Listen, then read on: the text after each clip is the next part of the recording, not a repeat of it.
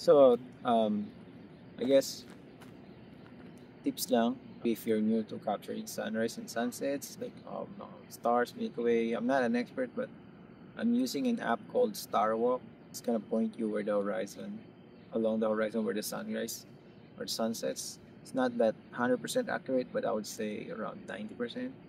So just point your camera there. It's very helpful kapag kagamit ko yung yung zoom lens kapag gusto ko ng zoom na capture ng paglabas ng araw.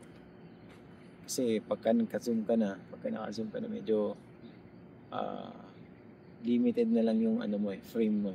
So, mamaya out of frame ka pala, lalabas na dito. So, sayang, ilipat mo yung camera. And I'm trying this new kind of settings sa time-lapse na siya, aperture priority. So, then exposure level value is just -1. So, basically, fix yung aperture ko, pero mag-auto expose siya using ISO and shutter speed. Alright? Let's do some walking.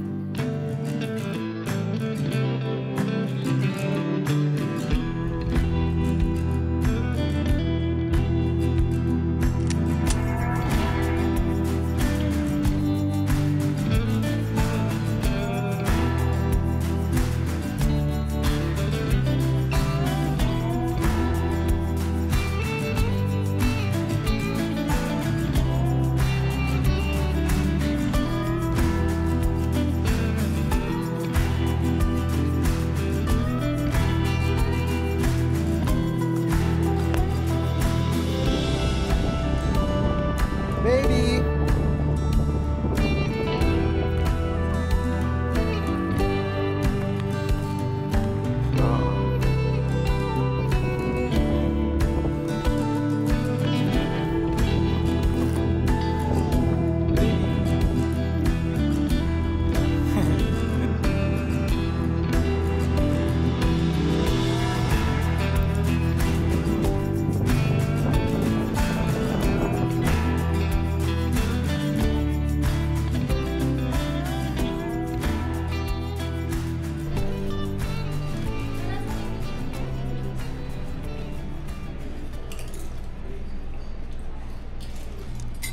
And then merong cheese, tapos merong isa na parang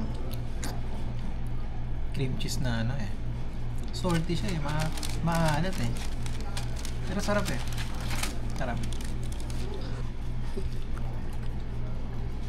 Paano kumain yun yung lahat ng 40 minutes sa initan?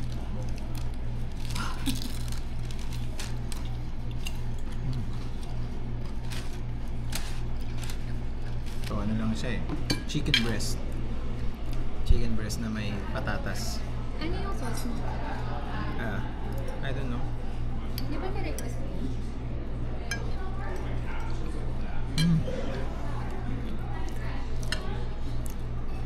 Kasang mamahalin talaga pag mga ganito.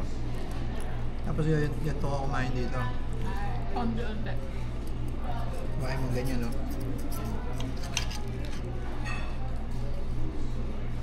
Tapos lagyan mo ng patatas. Tapos ganyan. How does everything taste so far? Good. Good, okay. Everything's good.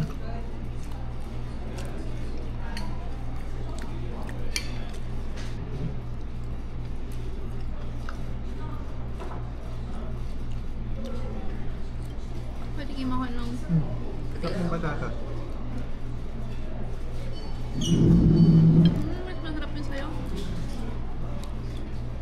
Manamis-namis Yung sa akin medyo bland kasi ma-overkill yung parang mapapatungan niya yung lasa ng salmon. Ganyan yan, kagaling lumasa. Sarap. Suwa pa. Sarap ng patatas.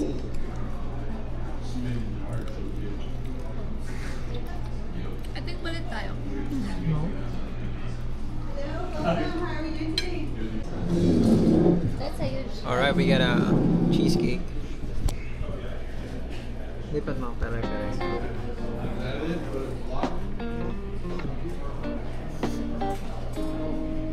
Babanatan na namin to.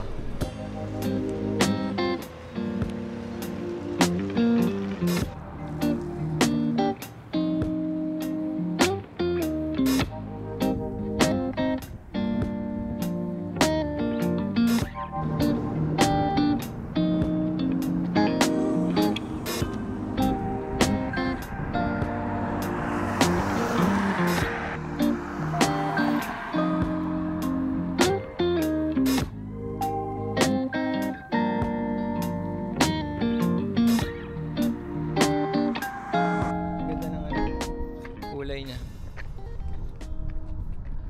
Tapos natin. Kita siya dito, baby. Ganda. Oh my God. Wow.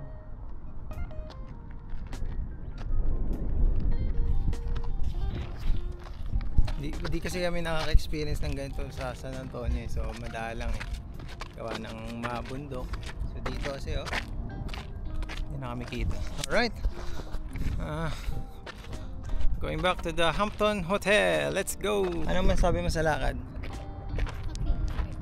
Bad naman yung mouth? No bad words. Ano man sabi mo nga, Rod? It's good. It's good na. No, but eh.